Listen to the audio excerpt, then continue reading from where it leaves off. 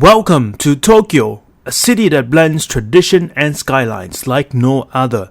In this video, we'll take you on a journey to 7 of Tokyo's iconic attractions which we really enjoyed as tourists, and we hope you also do too. This is where you discover did you know fun facts about these places even before you go, and what you can do, including tips and food choices in each of the attractions. So get ready to plan your unforgettable adventure in the land of the rising sun. By the way, be sure to also check out our full coverage of Tokyo Disneyland and Disney Sea in a separate video, as we'll be covering other attractions in this video. Now let's go! Our first stop to Tokyo's iconic attractions is Ueno Park and Zoo. Now, did you know that Ueno Park was the first public park in Japan, established in 1873, which is now 150 years old, and the park is surprisingly a great place to relax even with its location in the central Tokyo, as it has over 8,800 trees, including over 1,200 cherry trees, that makes Ueno a popular spot for hanami, which is cherry blossom viewing in the spring, or as we know it as sakura as well. To get to Ueno, take one of the trains in Tokyo to the Ueno station and you can start your journey. Now once you're there, here are the top 3 things you can do. Number 1, visit the Ueno Zoo, home to over 900 animals including sea lions, bears, polar bears, elephants, giraffes, and many more. Now a tip here is to get a map of the zoo at the entrance and plan to spend at least half a day here, because you'll be covering both the West Garden and the East Garden to see all the animals here. Number 2 is explore the Tokyo National Museum, which houses a vast collection of Japanese art and artifacts and is as old as the Ueno Park itself, at over 150 years old, with its opening dating back to 1871. Now the last thing, number 3, for you to do at Ueno Park is rent a boat and paddle around Chinobazu Pond, a tranquil lake located in the heart of the park. And this is especially great during Hanami or Sakura as well. Now that you're hungry after all those activities, you might be thinking about the lunch and dinner options. Now, if you're actually around the Ueno Zoo area,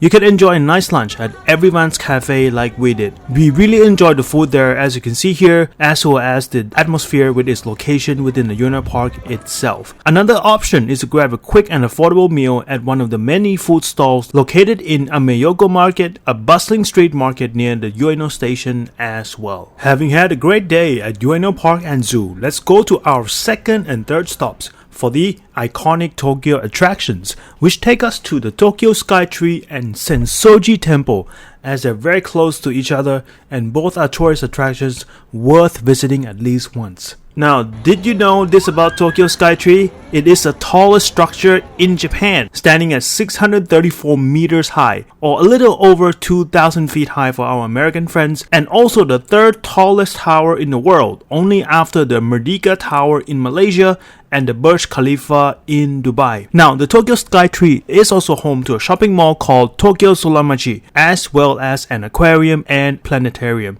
So you can literally spend the whole day here if you wanted to. Now, Sensoji Temple, on the other hand, did you know that this is the oldest temple in Tokyo and is the most visited temple with over 30 million visitors per year? Now, in terms of planning your trip to get to both of these attractions, we would recommend to start your morning early before 9 a.m. at the Sensoji Temple, so you can avoid the crowds and you can get there by alighting at the Asakusa train station, and this will give you the opportunity to be immersed in this significant historical temple in Tokyo, and an opportunity to also take photos peacefully without the crowds as well. After visiting the Sensoji Temple, you can head over to the Tokyo Skytree in the nearby Sumida City via the Asakusa train station, and you can alight at the Tokyo Skytree station and start your journey there. Now, when it comes to the top 3 things to do, let's first start with Sensoji Temple. It has 4 main sites to look for. Firstly, as you walk from the Asakusa station, you'll be greeted with the ancient gate of Kanimarimon, the Thunder Gate, And as you walk towards the main temple, you pass the famous shopping street known as Nakamize Dori, literally means inside street, which has been operating for hundreds of years. And then you eventually see the pagoda and the Hosomon Gate, which is Sensoji's actual main gate to the main shrine as the third site. This is followed by the actual shrine itself called the Hondo, which actually houses the cannon from 1300 years ago. As you finish from Sensoji Temple and head over to Tokyo Skytree, one thing that we would recommend for you to do at Tokyo Skytree is to ascend up to the Tokyo Skytree for breathtaking views of the city on the 2 observation decks. Take in a deep breath, see that beautiful view of the Tokyo skyline, and perhaps you can catch a glimpse of Mount Fuji on a clear day as well. Now, a tip here is to book your tickets to both observation decks online and pick a specific timing so you can avoid the long queues on the day. There are long queues all the time from my experience. And then lastly, browse the shops in the Tokyo Skytree shopping mall and enjoy delectable lunches available there. A tip here is to be sure to get there early to avoid the lunch crowds, as it gets quite crowded over there as well. Speaking of food, if you ask Sensoji Temple, you can expect a traditional Japanese meal by trying one of many restaurants located near Sensoji Temple, as you can see here. Now, for a more modern meal, try one of the many restaurants located in the Tokyo Skytree shopping mall, which offers a variety of Japanese and international cuisines there as well. After the breathtaking views of the skylines and the temple, our fourth stop at the Tokyo's iconic attractions is at the Shinjuku-gyon National Garden, and the bonus here is the Takashimaya shopping mall as well.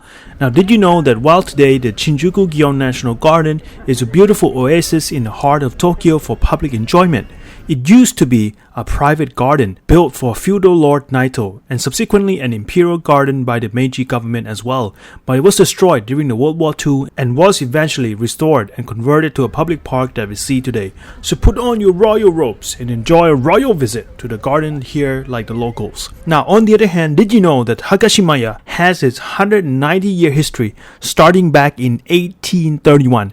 As a small kimono shop in Kyoto, it went through both world wars and even adopting an elephant from Thailand at one point in 1950s after the Pacific War ended. And today it houses international brands, Japanese sweets, and many upscale restaurants. So the next time you go there, you can see it in a different light. Now, a tip here for tourists is to get one of the Takashimaya shoppers card to get 5% discount on your purchases of 3,000 yen or more.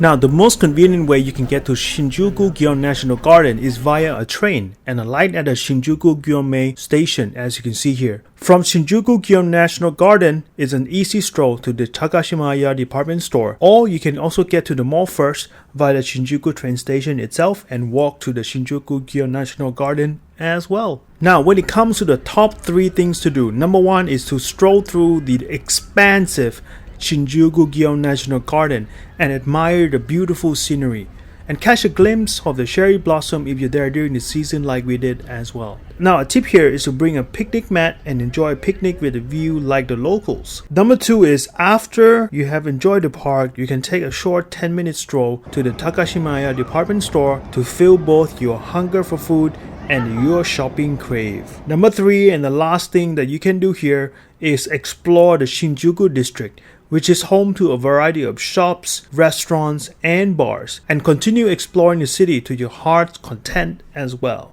Now, when it comes to food, for a nice and simple lunch, you can get some nice food from Suburano, which is a restaurant within the Shinjuku-gyon National Garden itself, as you can see here. For a more upscale meal, try one of the many restaurants located in the Takashimaya department store. Or alternatively, you can also try a ramen shop or any other restaurants in the nearby Shinjuku district as well. After enjoying a bit of garden and shopping at Shinjuku, our 5th stop of Tokyo's iconic attractions brings us to a different feel of Tokyo at Odaiba. Now, did you know that Odaiba is a man-made island in Tokyo Bay that was built way back in the 1850s to protect the city from the attacks from the seas? Hence, the name Odaiba alludes to the original name Daiba, which means forts, acting like the little sentinels guarding the city's coastline. Fast forward to the late 1990s, Odaiba began to blossom with new hotels and attractions sprouting up, and now it is home to a number of popular attractions, including the replicas of the Statue of Liberty, the Tokyo Joypolis Indoor Amusement Park, and the Gundam statue as well. Now, families with kids, you also love the Legoland Discovery Center, Kid Play World, and the Kids Odaiba Indoor Playgrounds as well. Now, the most convenient public transport option to get to Odaiba is by train and stop at the Odaiba Kainkoen station on the Yurikamo Main Line. Now, once you're in Odaiba, here are the top 3 things you can do. Number 1 is enjoy a nice stroll outside nearby the Odaiba Marine Park, walking towards the Odaiba Park and be immersed in the historical remains of the forts, and enjoy the views of the harbor during the day and the Rainbow Bridge at night as well.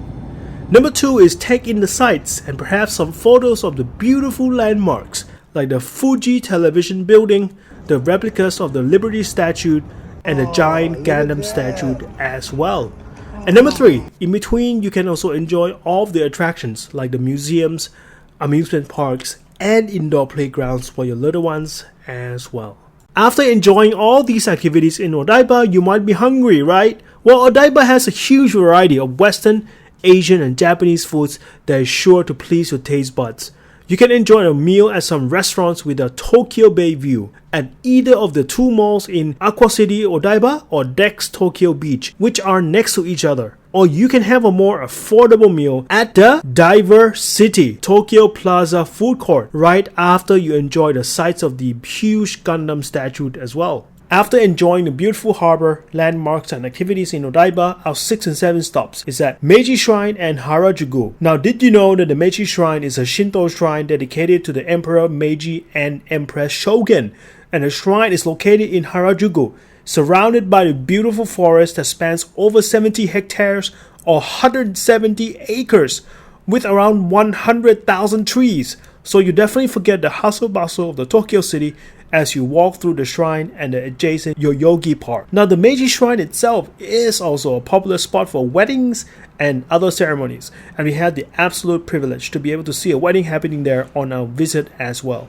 Now, Harajuku, on the other hand, was interesting that it was a small post town that was completely transformed after the World War II in the 1940s, as youths then began to live with Western influences and eventually found its own place to become the center for youth street fashion, subcultures, and even the kawaii culture that we all know today. Now, to get to Meiji Shrine, you can simply take public transport to the Harajuku station and come up through the west entrance. You'll be greeted by the famous big gates. As you walk through the Meiji Shrine, you'll eventually be able to walk through the Yoyogi Park as well. Alternatively, you can also enter Meiji Shrine through the Yoyogi Park after exiting from the Sangubashi train station, where you get to see a cute pony park before entering the Meiji Shrine as well. Now, once you're there, here are the 3 things you can do. Number 1 is enjoy nature and history. As you stroll through Yoyogi Park, visit the Meiji Shrine and the Meiji Jingu Museum, which houses a collection of artifacts related to the Emperor, Meiji, and Empress Shogun. Covering the grounds of Meiji Shrine, the museum, and the park alone will easily take you at least half a day already. For the rest of the day, you can explore the modern Harajuku district, which is known for its unique fashion. And the last thing is, just a block over from Harajuku, you can also walk around the nearby Omotesando neighborhood, which is known for its posh and pleasant shopping experiences, especially for luxury goods, beautiful architectures all around you as well. After spending the day strolling through beautiful sights, you might be hungry. So for a quick snack, Harajuku is known for its crepes. So get some crepes, and as you walk and enjoy your crepes, you can slowly head over to Omotesando to get really good food from a variety of brunches and restaurants there, with Western, Japanese, and other Asian cuisines to choose from. And friends, that concludes our journey through Tokyo's most iconic attractions. We hope the fun facts, the top 3 to-do tips, and food choices help you plan your unforgettable adventure in Tokyo and see how Tokyo's rich history has blended its traditions with its skylines like no other. And thanks for watching. Don't forget to like and subscribe to our channel and leave the comments down below about which of the top attractions in Tokyo you'd like to go next.